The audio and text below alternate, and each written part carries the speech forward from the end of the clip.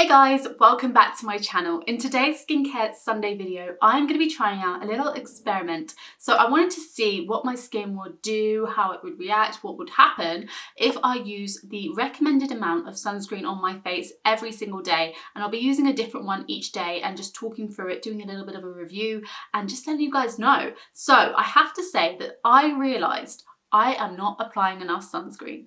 I thought I was. I feel like I put enough on, the more the merrier, you know, but when you actually put the real amount on of all these different formulations, you realise like, oh my gosh, this is insane. So if you enjoy skincare videos, then don't forget to subscribe down below because I have a new one every Sunday, Skincare Sunday, I know, conveniently named by moi. And of course I have a random video during the week that's usually like beauty or fashion or something, you know, a bit different. But this video, I literally got my handy tools here to measure what I was using each day. So every day I was using 1/4 teaspoon, which is 1.8 milliliters and 1.42 grams. So this is of a teaspoon, which is the little spoon, and the tablespoon is the big spoon. I know some people get them mixed up. But anyway, that's what I did every day for a week. And it's really interesting because I tried to use sunscreens that are marketed towards acne prone, oily skin, and therefore they are anti-shine or dry to touch. They are literally keywords that they use in their communication on their packaging. I also use some that are like for sensitive skin, a little bit more moisturizing but still light on the skin, and I want to see how those would act when using the actual amount that you should for your face. So for the face, I'm talking about this whole baby here, you know, not the neck and the chest, none of that is involved, just purely this real estate. I know, darling, I know, don't tell me, stop it.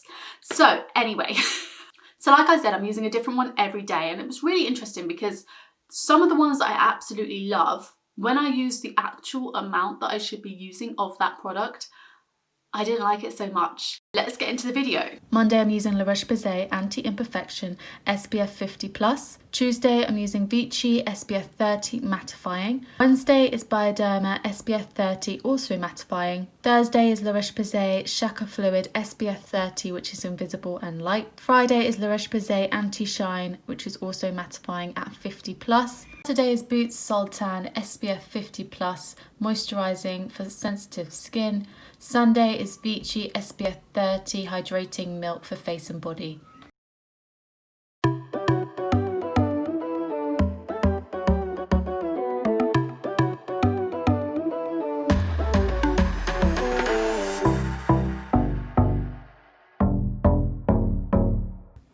Kickstarting this video with LAROCHE-Posay Anti-Imperfection Sunscreen. I usually use 2 pumps, however that is nowhere near enough. You need more around 4 to 4.5 pumps to actually meet the recommended amount for good sun coverage and protection. So this sunscreen claims to be immediately mattifying on the skin for lasting shine control.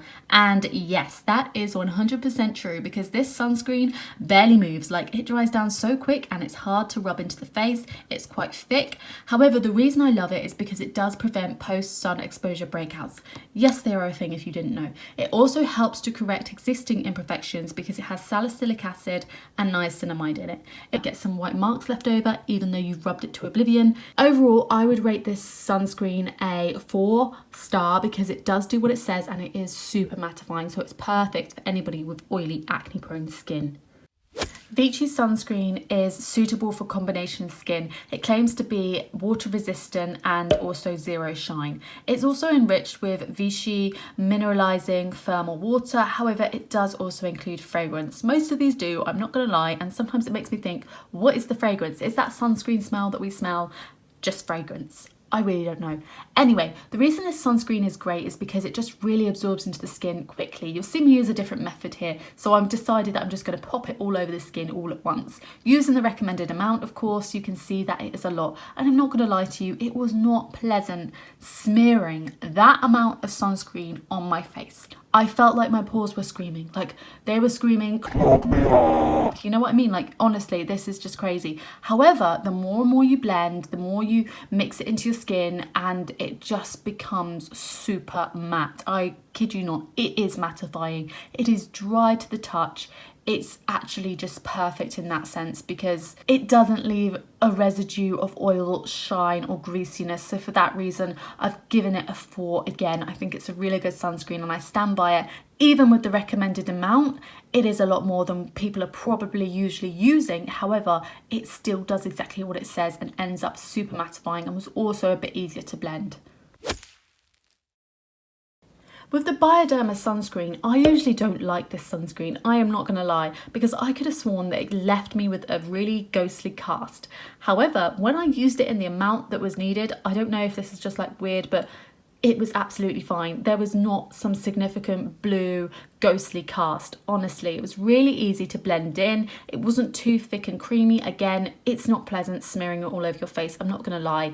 None of them felt like beautiful to just put that amount of cream on your skin. However, again, when I blended it in more, it really did become quite mattifying. So this sunscreen is great because it has a high UVA, UVB protection. It improves sebum quality, so that's what it claims. And it prevents the appearance of blemishes.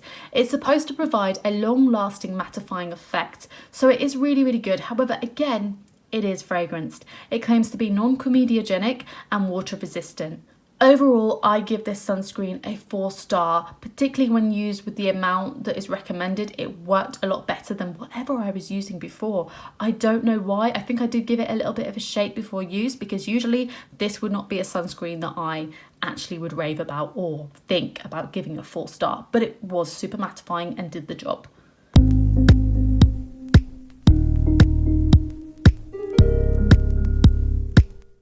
So the LAROCHE-Posay Shaka Fluid was one of the easiest ones to measure out because it is so watery. It's so light on the skin, it is practically invisible, and I think that's why they put it in their marketing. It's non-sticky, it does not leave any marks.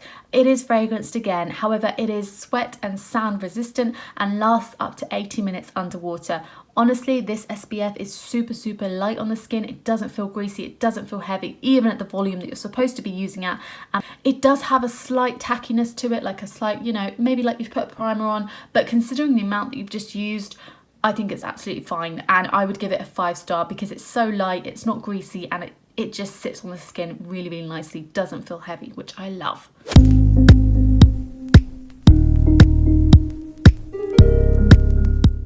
The LAROCHE-Posay Anti-Shine is non-perfumed, it's dry touch gel cream. So this is really good and light, and to be honest, it's usually one of my favourites. But unfortunately, I had a different experience when I used the recommended amount versus what I would usually use. I found it so thick and creamy and just hard to blend into the skin. Like I've said, it's anti-shine, so it's quite similar to the salicylic acid one that I started the week with by LAROCHE-Posay. However, it was just so hard to just, you know, blend into your skin, and it left this really pale cast. And I know that it's because the amount that you actually need, these are the kind of results that I was getting. So while I would usually think this sunscreen is great and give it like a 4 or a 5, when I look at it and when I use this, it's actually more like a 2. You know, the white marks really show up. Your skin looks really pale. It leaves such a cast. The benefit is that yes, it is mattifying and it's not fragranced. However, I really just did not enjoy the experience, and I did not enjoy the way that it sat on my skin and looked on my skin. So for that reason, I had to give it a 2-star. Boots Soltan Face Sensitive Protect. So this sunscreen is one for moisturising your skin. It's not mattifying, it doesn't have any of those claims, but if you are looking for a moisturising one, perhaps you have acne prone skin, perhaps you don't moisturise heavily in the mornings, this would be a good sunscreen for you, and it's also super affordable. This sunscreen claims to be light and non-greasy, and to be honest, it does feel greasy and thick when you put it on in the recommended amount, the 1/4 teaspoon. When you use that amount, it does feel like a lot, and you are essentially really smearing a lot of product over your face. However, when you keep blending and going through the process, it does sink into the skin slowly. You have to blend in for quite a while. However, this sunscreen I really do rate because it does come out looking really dewy and light and moisturised, and it doesn't actually clog your pores. I didn't wake up with like a load of whiteheads or anything. It just sits on the skin really nicely.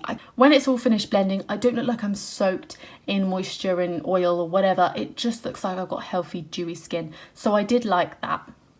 Overall for me, honestly, I would give it a 5-star. Using that sunscreen was probably one of the nicest that I'd used that week. It felt really refreshing and just nice to have one that had some moisture and some dewiness but wasn't super greasy and felt icky on the skin.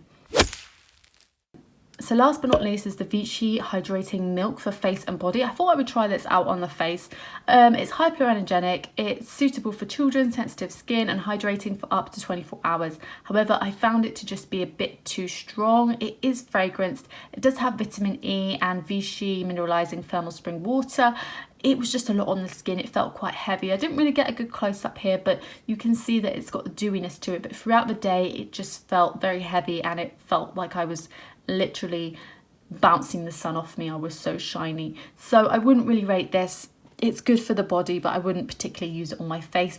If you have more dry skin, then that might be more suitable, but in general I would avoid that one. Guys, I hope you enjoyed that video. That is the roundup of all the sunscreens I used, the findings of this mini experiment, and using it at that volume, I realised this is a different experience. I did not enjoy smearing it on my face. And I can't explain, because with some of them, like the Anti-Shine, this is my tinted one, but it's still the same, it just clung to the skin and was so hard to work in that I felt like I need to do it all at once. But, you know, it was a different story when I put the full amount on. So if you enjoyed the video, then don't forget to subscribe down below, because I have a new skincare video every Sunday, like I mentioned. And of course, if you want to see another video similar to this with a sunscreen that you've been thinking about buying, or a sunscreen that you think would be really fun and interesting for me to try, then please let me know down below in the comments, because I will definitely be making another one of this. I found it so interesting to understand my sunscreens a bit better, how the mineral ones work different to the chemical, or the hybrid ones, or the ones that leave casts, the ones that I usually like versus do I actually like it when I use it, how it should be used. Anyway, thanks for watching guys, see you on my next video, bye!